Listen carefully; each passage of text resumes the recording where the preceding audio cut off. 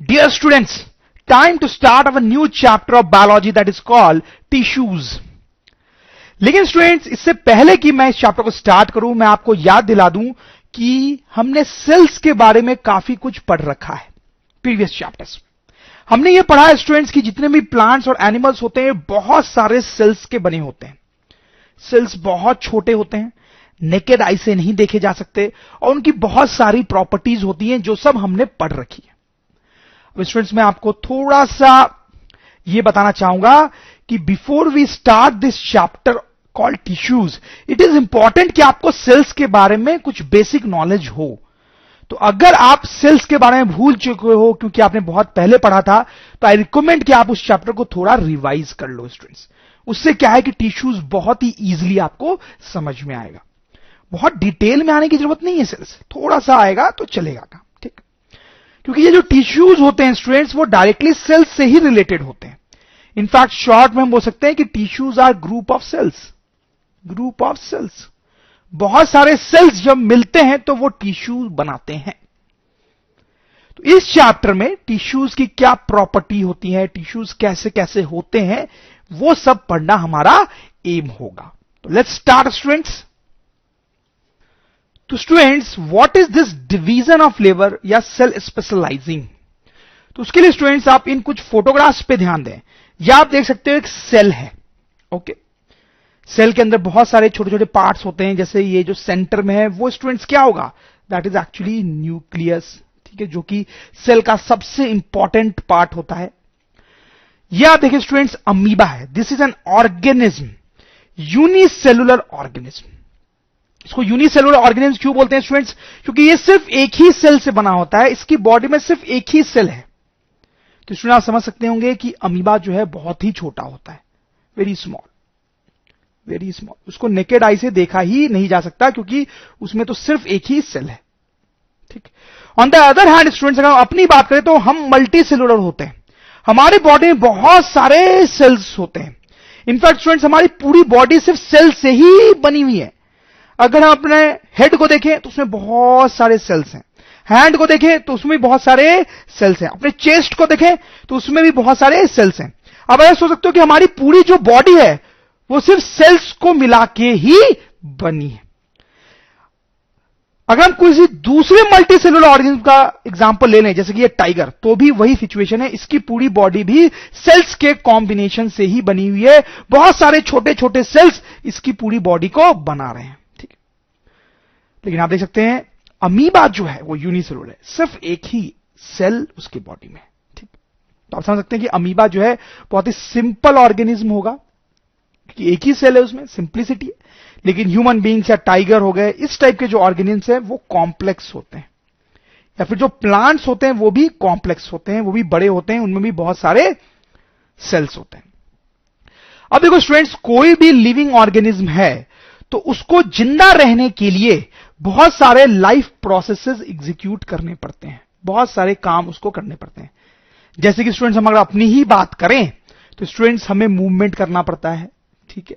हमारे hands, legs ये सब मूव करते हैं। हमें ब्रीदिंग करनी पड़ती है, मतलब सांस लेते हैं हम, उसके बिना हम जिंदा नहीं रह सकते। हमें फूड को डाइजेस्ट करना पड़ता है, जिस फूड को हम खाते हैं। फिर हमारे बॉडी में एक्सक्रीशन होता है। एक्सक्रीशन का मतलब समझते हैं आप स्टूडेंट्स? जब हम टॉयलेट जाते हैं तो अपने बॉडी से वेस्ट मटेरियल बाहर निकालते हैं, that process is called excretion, ठीक है। तो इसके अलावा भी बहुत सारे काम हैं जो हमारे बॉडी में होते हैं स्टूडेंट्स, ठीक। और ये हमारे बॉडी में ही नहीं बल्कि सारे ऑर्गेनिज्म्स के बॉडी में होते हैं। इस टाइगर के बॉडी में भी होते हैं और इस सिंपल से अमीबा के बॉडी में भी होते हैं स्टूडेंट्स, ओके।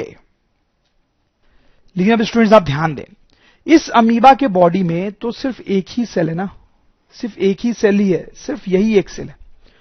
तो ये जो भी प्रोसेसेस होने हैं ये सब इसी सेल में होने पड़ेंगे, सही। अगर अमीबा को मूवमेंट करना है तो इसी सेल के हेल्प से ये मूव करेगा। अगर अमीबा को ब्रीदिंग करनी है तो वो भी इसी सेल के हेल्प से होगा। अगर अमीबा को अपना फूड डाइजेस्ट करना है या एक्सक्रीशन का प्रोसेस करना है तो वो भी इसी सेल के हेल्प से होगा। अब जब एक ही सेल ही है बॉडी में तो जो भी काम होने हैं वो इसी सेल में होंगे, ठीक है। तो हम लिख सकते हैं in amoeba all body functions are done by the single cell itself. लेकिन अगर हम मल्टी सेलुलर ऑर्गेनिज्म की बात करें तो उसमें कहानी थोड़ी अलग होती है।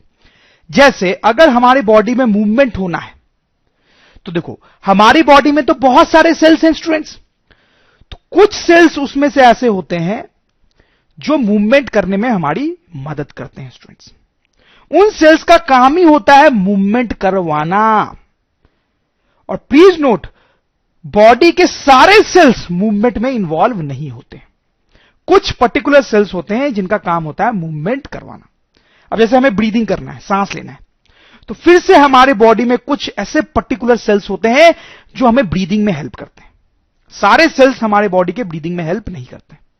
वैसे फूड को डाइजेस्ट करना है तो उसको डाइजेस्ट करने के लिए भी कुछ स्पेसिफिक सेल्स होते हैं हमारे बॉडी में। ऐसा नहीं कि बॉडी के हर सेल में फूड डाइजेस्ट होगा, नहीं। एक्सक्रीशन का प्रोसेस करना है तो उसके लिए भी स्टूडेंट्स कुछ स्पेसिफिक सेल्स होते हैं हमारे बॉडी में जो वो काम एग्जीक्यूट करते हैं। तो स्टूडेंट्स हम लिख सकते हैं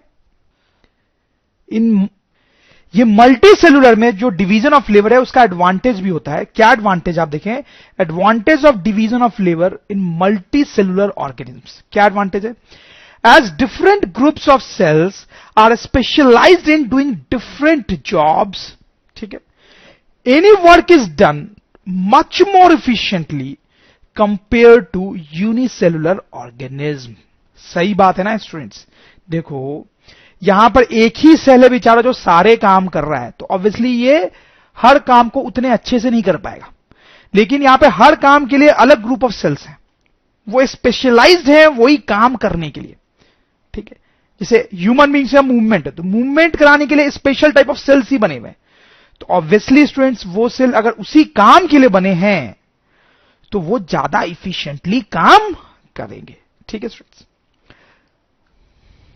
अब स्टूडेंट्स हम रेडी हैं यह समझने के लिए कि what is tissue. What is tissue, that is a big question in front of us. इस चैप्टर का नाम ही था टिश्यू, तो ये टिश्यू चीज क्या है? तो स्टूडेंट्स हम लिख सकते हैं a group of cells which work together to perform a particular job or task is called a tissue. तो स्टूडेंट्स टिश्यू क्या है आपको समझ में आ रहा है? Tissue is basically a group of cells. बहुत सारे सेल्स का एक ग्रुप को हम टिश्यू बोलते हैं बेसिकली, और वो ग्रुप मिलके एक पर्टिकुलर जॉब करने में स्पेशलाइज्ड होता है। आप समझ रहे हो स्टूडेंट्स टिश्यू क्या है?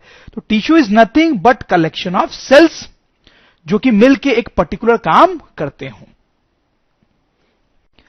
जैसे स्टूडेंट्स मैं आपको एक एग्जांपल दूं, लास्ट स्लाइड पे जाते हैं। जैसे सपोज करो यहां पर हमारे हैंड में बहुत सारे सेल्स होंगे जो मूवमेंट कराएंगे हमारे हैंड का, ठीक है। यहां पर बहुत सारे ऐसे सेल्स होंगे जो मिलके हमारे हैंड का मूवमेंट कराएंगे। तो इन ग्रुप ऑफ सेल्स को हम क्या बोल देंगे स्टूडेंट्स? एक पर्टिकुलर टिश्यू। ये एक पर्टिकुलर टिश्यू कहलाएगा, ठीक है।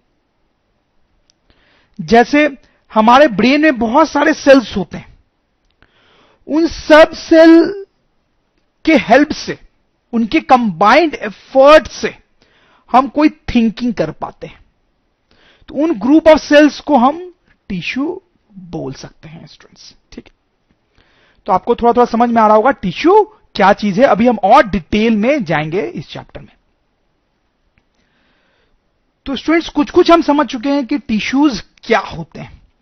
अब एक बहुत बड़ा सवाल हमारे सामने है कि एक तो होते हैं प्लांट्स और दूसरे होते हैं एनिमल्स। क्या जैसे टिश्यूज एनिमल्स में होते हैं वैसे प्लांट्स में भी होते हैं, या फिर दोनों में अलग टाइप के टिश्यूज होते हैं? That is what we need to understand. तो स्टूडेंट्स आप देखो, प्लांट्स और एनिमल्स जो हैं वो एक दूसरे से बहुत अलग होते हैं। किन किन तरीके से अलग होते हैं कुछ पॉइंट्स मैंने यहां पे लिखे हैं, देखो आप। प्लांट्स आर फिक्स्ड, सही बात है। Animals have to move for food, shelter etcetera. Plants have non uniform growth, animals have uniform growth. देखो इस पॉइंट का क्या मतलब है स्टूडेंट्स? जैसे प्लांट्स में तो क्या है कि हो सकता है कि यहां से एक स्टेम निकले और वो बहुत ज्यादा ग्रो कर जाए, लेकिन यहां से जो स्टेम निकले वो उतनी ग्रो न करे, ठीक है। तो कहीं पर ज्यादा ग्रोथ हो सकता है और कहीं पे कम ग्रोथ हो सकता है, इसलिए बोल रहे हैं नॉन यूनिफॉर्म ग्रोथ। लेकिन एनिमल्स में ऐसा नहीं होता है स्टूडेंट्स। अगर ये टाइगर है तो अगर इसके फ्रंट दो लिम्स ग्रो करते हैं तो बैक वाले दोनों लिम्स भी ग्रो करेंगे और सेम प्रोपोर्शन में ग्रो करेंगे। जब टाइगर का साइज बड़ा होता है तो उसके बॉडी के हर पार्ट का साइज बड़ा होता है। सही है, तो इसलिए बोला गया यूनिफॉर्म ग्रोथ। एनिमल्स में जनरली यूनिफॉर्म ग्रोथ होती है, हर बॉडी पार्ट साथ साथ बढ़ता है। प्लांट्स में कोई बॉडी पार्ट ज्यादा बढ़ सकता है, कोई कम, इसलिए बोला गया नॉन यूनिफॉर्म ग्रोथ। ठीक है, फिर प्लांट्स और एनिमल्स में और क्या डिफरेंसेस है? Plants obtain food by photosynthesis. हमें पता है कि फोटोसिंथेसिस क्या होता है। प्लांट जो है वो सनलाइट का यूज करके फोटोसिंथेसिस द्वारा फूड ऑब्टेन करते हैं, लेकिन animals depend on other animals and plants for food. सही है, plants have simpler body structure, animals have complex body structure. देखो, होने को तो प्लांट्स भी कॉम्प्लिकेटेड ही होते हैं, but compare to animals plants का बॉडी स्ट्रक्चर बहुत सिंपल होता है, लेकिन एनिमल्स का बॉडी स्ट्रक्चर तो बहुत कॉम्प्लिकेटेड होता ही है। तो स्टूडेंट्स, आप देख सकते हैं कि प्लांट्स और एनिमल्स में बहुत डिफरेंस है। तो क्या आपको लॉजिकल नहीं लग रहा कि प्लांट के टिश्यूज थोड़े अलग टाइप के होने चाहिए और एनिमल के टिश्यूज थोड़े अलग टाइप के होने चाहिए? तो ऐसा ही होता है स्टूडेंट्स, प्लांट्स के टिश्यू अलग टाइप के होते हैं और एनिमल्स के टिश्यू अलग टाइप के होते हैं। तो इसका मतलब यह हुआ स्टूडेंट्स कि हमें प्लांट्स के बारे में इस चैप्टर में अलग पढ़ना पड़ेगा और एनिमल्स के बारे में अलग। तो सबसे पहले स्टूडेंट्स हम प्लांट्स के बारे में स्टडी करेंगे, प्लांट्स टिश्यूज के बारे में स्टडी करेंगे, क्योंकि वो थोड़ा सिंपलर है, और फिर उसके बाद हम एनिमल टिश्यूज पे जाएंगे। तो स्टूडेंट्स, आप देख सकते हैं this is the entire classification of plant tissue. मतलब प्लांट्स में बहुत सारे टिश्यूज होते हैं, सब अलग अलग कैटेगरीज में फॉल करेंगे। जैसे सबसे टॉप पे हम देखें तो प्लांट टिश्यूज जो होते हैं उनको दो कैटेगरीज में डिवाइड किया जा सकता है। आप देखो, meristematic tissue, please note the name, meristematic tissue and permanent tissue. These are two types of plant tissues. मतलब प्लांट में जितने भी टिश्यूज होते हैं उनको दो पार्ट में डिवाइड किया जा सकता है, क्या तो वो मेरिस्मेटिक टिश्यू होंगे या फिर वो परमानेंट टिश्यू होंगे। ठीक, और फिर जो मेरिस्मेटिक टिश्यूज होते हैं उनको भी फर्दर तीन कैटेगरी में डिवाइड किया गया है। आप देख सकते हो, एपिकल, लैटरल एंड इंटरकैलरी। ध्यान दें, एपिकल, लैटरल एंड इंटरकैलरी। ठीक है, धीरे धीरे ये सारे नाम आपको याद हो जाएंगे, ज्यादा टेंशन लेने की जरूरत नहीं है, अभी तो हम डिटेल में हर चीज को पढ़ने वाले हैं। अब जो परमानेंट टिश्यू होता है उसको भी फर्दर दो पार्ट्स में डिवाइड किया गया है, सिंपल एंड कॉम्प्लेक्स। कॉम्प्लेक्स के भी दो पार्ट्स होते हैं, फाइलम एंड जाइलम। सिंपल जो है वो कई प्रकार के हैं, आप देख सकते हो, parenchyma, parenchyma, collenchyma, collenchyma, parenchyma, collenchyma and sclerenchyma, sclerenchyma, parenchyma, collenchyma, sclerenchyma. Please note the names. And protective tissue, जो प्रोटेक्टिव टिश्यू है वो भी दो पार्ट्स में डिवाइड होता है, एपिडर्मिस एंड कॉक। तो students, you can see this is the entire classification of plant tissues. आप ऐसा एक्सपेक्ट ना करें कि आप इमीडिएटली ये पूरा क्लासिफिकेशन याद कर पाओगे, वो बड़ा डिफिकल्ट हो सकता है आपके लिए। जैसे जैसे हम चैप्टर में आगे बढ़ेंगे, हर चीजों को डिटेल में देखेंगे, तो आपको अपने आप नाम जो है वो याद होने लगेंगे स्टूडेंट्स। तो थोड़ा सा हम पेशेंस रखते हुए आगे बढ़ेंगे। तो स्टूडेंट्स, सबसे पहले हम स्टार्ट करते हैं कि ये मेरिस्मेटिक टिश्यू क्या होता है। मेरिस्मेटिक टिश्यू, उसको कई बार मेरिस्टेम भी बोलते हैं, दोनों एक ही बात है स्टूडेंट्स। तो अब हम देखेंगे ये मेरिस्मेटिक टिश्यू क्या करता है। तो स्टूडेंट, मैं आपको बताऊं, ये जो मेरिस्मेटिक टिश्यू होता है वो प्लांट्स में जो भी ग्रोथ होती है उसके लिए रिस्पॉन्सिबल होता है। तो उससे रिलेटेड ये दो तीन पॉइंट्स आप देख सकते हैं। Responsible for growth in plants, जैसा मैंने आपको बताया, present at locations where plant grows like tip of stems. सही बात है ना स्टूडेंट्स, अगर ये टिश्यू ग्रोथ के लिए रिस्पॉन्सिबल है तो ये कहां पाया जाना चाहिए? जहां प्लांट्स में ज्यादा ग्रोथ होता है, जैसे कि tip of stem. Cells in these tissues can divide and form new cells. तो स्टूडेंट्स, मेरिस्मेटिक टिश्यू में जो सेल्स होते हैं उनमें खास प्रॉपर्टी होती है कि वो डिवाइड होकर नए सेल्स बना सकते हैं, न्यू सेल्स बना सकते हैं। इसी तरीके से तो ग्रोथ होता है, नए सेल्स बनेंगे तो ही तो ग्रोथ होगा, राइट। अब देखिए स्टूडेंट्स, मेरिस्मेटिक टिश्यू के तीन टाइप्स होते हैं। कौन कौन से? Apical meristem, apical meristem, lateral meristem and intercalary meristem. तो स्टूडेंट्स ये जो तीनों टाइप के मेरिस्मेटिक टिश्यू होते हैं, ये तीनों ही होते तो ग्रोथ के लिए रिस्पॉन्सिबल है, लेकिन ये प्लांट की बॉडी में अलग अलग जगह पे पाए जाते हैं। जैसा इस फोटोग्राफ में आप देख सकते हो स्टूडेंट्स, ये जो है एपिकल मेरिस्टेम, वो स्टेम के टिप पे पाया जाता है, tip of stem and roots. तो आप समझ सकते हैं स्टूडेंट्स कि स्टेम का जो टिप होता है वो तो बहुत ग्रो करता है, उससे ही प्लांट की साइज बढ़ती है। तो यहां पर बहुत सारे मेरिस्मेटिक टिश्यूज होते हैं, उनमें जो सेल्स होते हैं वो डिवाइड होकर न्यू सेल्स बनाते हैं, तो ये जो टिप है वो ग्रो करता है। वही फेनोमेना रूट्स के टिप पे भी होता है। तो एपिकल मेरिस्टेम कहां पाया जाता है, आपको समझ में आ गया होगा, at tip of stem and root. फिर बात करते हैं लैटरल मेरिस्टेम की। देखो स्टूडेंट्स, आपने देखा होगा कि प्लांट का जो भी स्टेम होता है उसकी विड्थ भी टाइम के साथ साथ धीरे धीरे बढ़ती है, तो वहां पर भी ग्रोथ हो रहा है, तो उसके लिए लैटरल मेरिस्टेम रिस्पॉन्सिबल होता है। तो ये पाया कहां पे जाता है, आप समझ ही गए होंगे, ये पूरे प्लांट में ही पाया जाता है।